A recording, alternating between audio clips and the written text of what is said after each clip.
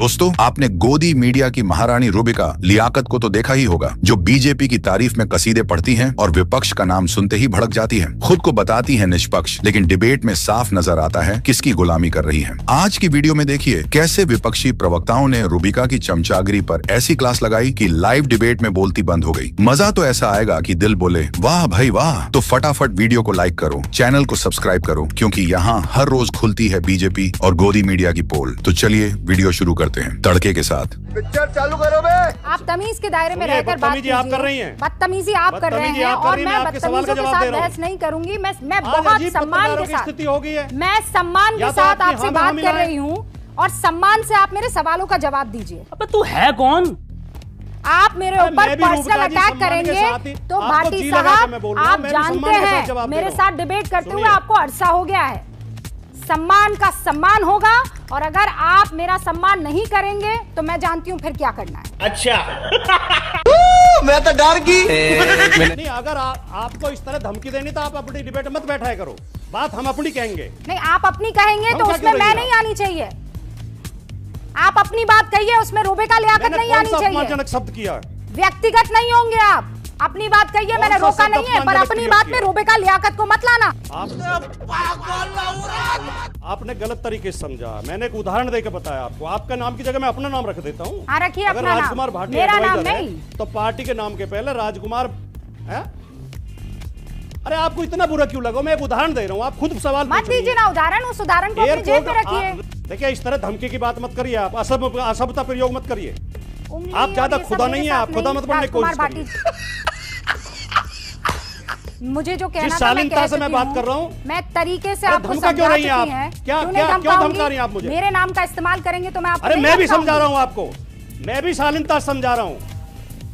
वाह, मैं भी शालीनता समझा रहा हूँ। आप एक वाह करेंगे, मैं तीन वाह कर सकती हूँ और हम चुप रहेंगे। हम आपस में उलझने के लिए यहाँ पर नहीं आए। ब्रेक करूँ उससे पहले मैं कभी चाहती हूँ कि आप अपनी बात पूरी कर लीजिए। कोई अपमानजनक शब्द प्रयोग नहीं करा, लेकिन आपकी दिक्कत यह है कि आप बीजेपी के खिलाफ सुनना नहीं चाहती। That's true, yeah. क्या अनमोल रतन आपने पाल रखे देश के प्रधानमंत्री। वाह, ये कैसा औरंगजेब है जिसको आप हजरत बुला रहे हैं? मसला ये है जिसने मैडम, अपने भाई का कत्ल कर दिया। अरे चिल्लाइए कम, बात सुनिए पहले आप। हाँ? बात सुनिए पहले आप, चिल्लाइए कम। आपके चिल्लाने को फर्क नहीं पड़ेगा। लेकर जो है आ जाते हैं हिस्ट्री में। आप हमसे ज्यादा देशभक्त नहीं है। साथ इतने सारे लोगों ने काम किया। आप हमसे बड़ी देशभक्त नहीं है। ये दंगा करने का हक किसने दिया आप है? हमसे। असीम वकार साहब, ये बताइए मुझे। रुको जरा, सब्र करो। अरे मैडम, आप हमसे बड़ी देशभक्त नहीं है। ये जितने दंगाई हैं, ये ओ भैया, यहाँ देशभक्ति का सर्टिफिकेट नहीं लेने आई हूँ मैं। असीम वकार साहब, ठीक है, मुझे नहीं चाहिए देशभक्ति का सर्टिफिकेट, ना मैं आपको दे रही हूँ।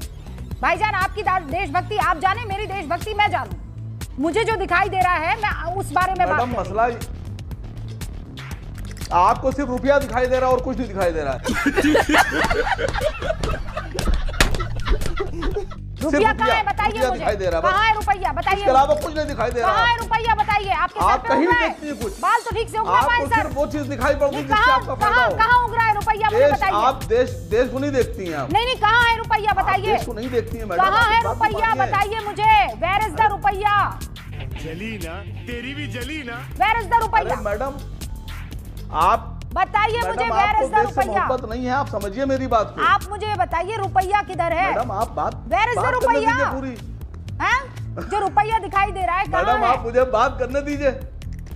कुछ भी बकवास कर रहे हैं यहाँ बैठकर। मुझे ये बताइए, इस औरंगजेब को लेकर आप लोग तिलमिला क्यों जाते हैं? गजब बेइज्जती है। इतनी आग क्यों लग जाती है कि पत्थर और तलवार लेकर निकल जाते हैं? मैडम कर लिया ना उन्होंने आज सरेंडर। अब क्या करें? मैडम आप अपना भाषण बाद में दीजिएगा, मुझे कहना तो दीजिए।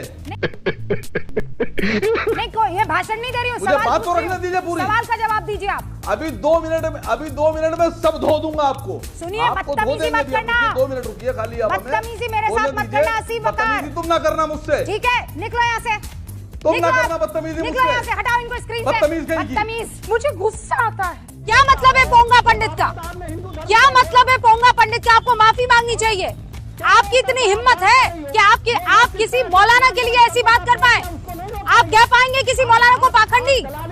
आप कह पाएंगे किसी मौलाना को पाखंडी? उन्होंने किसी भी धर्मगुरु को, किसी भी जाति को लेकर बदतमीजी मत कीजिए मनोज काका, बदतमीजी मत कीजिए। अपनी हैसियत में रहिए। बुरा लगता है भाई, आप लोग भी जानते हो। अपनी जुबान काबू में रखिए आप, समझे? आप दलाली करते होंगे आप। खबरदार जो मेरी इंटेग्रिटी पर सवाल उठाया है, आपको शर्म आनी चाहिए। कभी किसी पंडित को कुछ कह देते हैं, कभी किसी महिला की आबरू के साथ आप कुछ भी आपकी मर्जी में आएगा। वाह दीदी, वाह दीदी। दीदी सिर्फ ये 2-4 लाइक्स और रीट्वीट के लिए शर्म कीजिए आप, शर्म।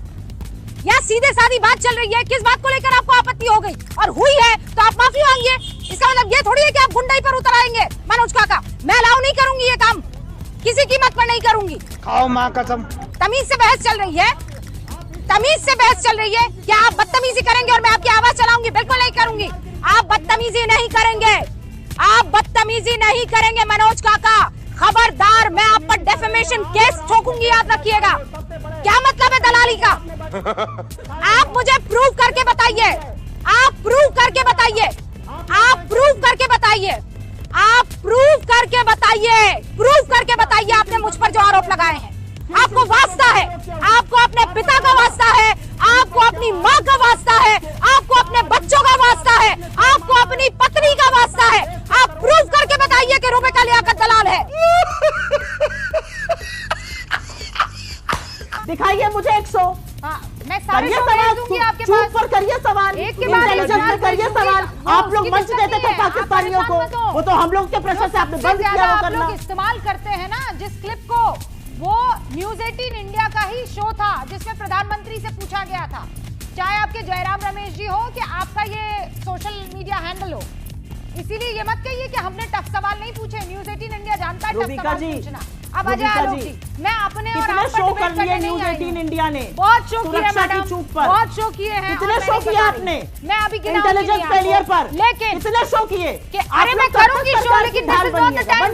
क्या बोला तूने? This is not the time. अब बिल्कुल नहीं करूंगी अभी मैं दीदी और वो करूंगी शो और बाद में लिंक भेजूंगी, लेकिन आज टाइम नहीं है। मैं आपको ताल ठोक के कह सकती हूँ। मैं आपके लिंक देखने के लिए बिल्कुल टाइम नहीं है। पूछ क्यों रही हैं? आपके शो बड़े एक तरफा होते हैं, ये मत अरे एक तरफा शो में मत करिएगा, क्योंकि आप नहीं कीजिएगा शो, क्योंकि आप सवाल नहीं पूछिएगा, क्योंकि आप लोग का ट्रैक रिकॉर्ड है। अपनी बात रख रही है, सबसे ज्यादा बोल भी रही है और अभी पूछ भी रही है, जवाब कभी सवाल नहीं पूछा। आप लोग नहीं पूछते, आप अपना माइक ऊपर करके विपक्ष से लड़ते हैं। आप लोग मुर्गा मंडी चलाते हैं। That's true, yeah. क्या करते हैं आप लोग? ये असलियत है। आप लोग मुर्गा मंडी चलाने लगे, आप लोग पत्रकारिता नहीं करते। की तरह तो आप लगातार मैडम बोले चले ये जा रही असलियत है। अजय आलोक जी 30 सेकंड। आप अगर बेहयाई करिएगा तो मैं बोलूंगी। मैडम प्लीज इस तरीके की भाषा का इस्तेमाल मत कीजिए। मुर्गा मंडी का इस्तेमाल आपने किया है, मैंने नहीं किया है। सुप्रिया सुने जी, मुझे गुस्सा आता है। मुझे पता है वक्त की कमी है, लेकिन पिछली बार जब मैंने आपका इंटरव्यू लिया था और बहुत से लोग हैं जिन्होंने इस सवाल पर बहुत खिल्लियां उड़ाई थी, लेकिन वो सवाल मैंने इसलिए पूछा था कि खेत में गन्ना काट रही एक औरत ने मुझसे ये कहा था, और आज फिर मैं वो सवाल आपसे पूछूंगी। 5 साल पहले मैंने आपसे कहा था आप थकते क्यों नहीं हैं। आज 5 साल बीत जाने के बाद आप ज्यादा एनर्जेटिक मुझे लग रहे हैं, ज्यादा आपने रैलियां की है, ज्यादा आप काम कर रहे हैं। आप वाकई थकते क्यों नहीं हैं? पहले जब तक माँ जिंदा थी मुझे लगता था कि शायद बायोलॉजिकली मुझे जन्म दिया गया है। क्या बात कर रहे हैं? माँ के जाने के बाद इन सारे अनुभवों को मैं जोड़ करके देखता तो मैं कन्विंस हो चुका हूँ। गलत हो सकता हूँ, लोग लेफ्टिस्ट लोग तो मेरे धज्जियां उड़ा देंगे, मेरे बाल नोच लेंगे। मैं कन्विंस हो चुका हूँ कि परमात्मा ने मुझे भेजा है। ये ऊर्जा बायोलॉजिकल शरीर से नहीं मिली। इस प्रकार की बचकाना बातें किसी के गले नहीं उतरती, लोग मजाक उड़ाते हैं।